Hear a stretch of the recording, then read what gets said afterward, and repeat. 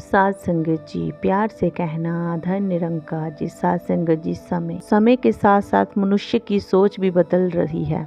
जो वस्तुएं कभी उसकी आवश्यकताओं को पूरा करती थी, वहीं कुछ समय बाद बोझ जैसी प्रतीत होने लगती हैं।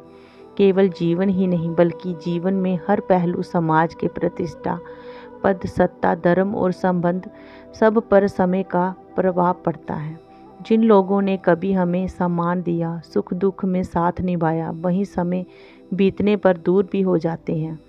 अधिकांश लोग अपने सुख सुविधा और बौद्धिक आराम के पीछे भागते रहते हैं। आधुनिक कहलाने की होड़ में वह सही गलत सब साधनों का प्रयोग कर लेते हैं। साध संगत जी, धन संपत्ति अर्जित करने और अपने तथा अपने परिजनों का हित साधने के लिए वह किसी भी हद तक चले जाते हैं। जहाँ तक कि समाज में बड़े बड़े प्रतिष्ठित व्यक्ति भी लोभ के कारण अधर्म के मार्ग पर चल पड़ते, उसे ही उपलब्धि मानते हैं। परंतु ये लोभ ही मनुष्य की सबसे बड़ी कमजोरी है।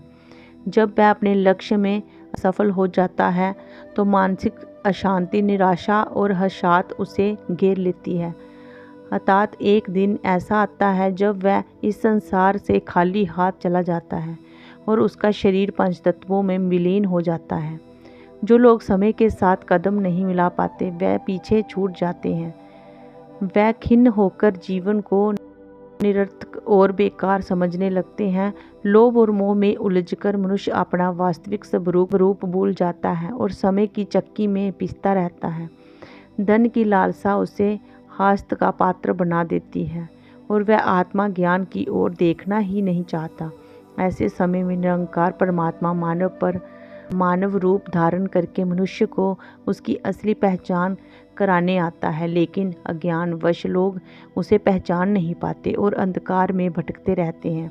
वास्तव में मनुष्य को चाहिए कि वह अपने पास उपलब्ध समय का सदुपयोग करे, हर क्षण का मूल्य समझते हुए परमात्मा की शक्ति को पहचाने और उसका अनुभव करे। जब मनुष्य इस सूक्ष्म शक्ति को जान लेता है, तब वह एक ऐसा जीवन जीता है जो समय के प्रभाव से परे और सदा सुखी होता है। केवल अज्ञानता के युक्त सत्य और विवेकपूर्ण जीवन की वास्तविक और सार्थक कहा जाता है। साध संगत जी, प्यार से कहना धन निरंकार जी।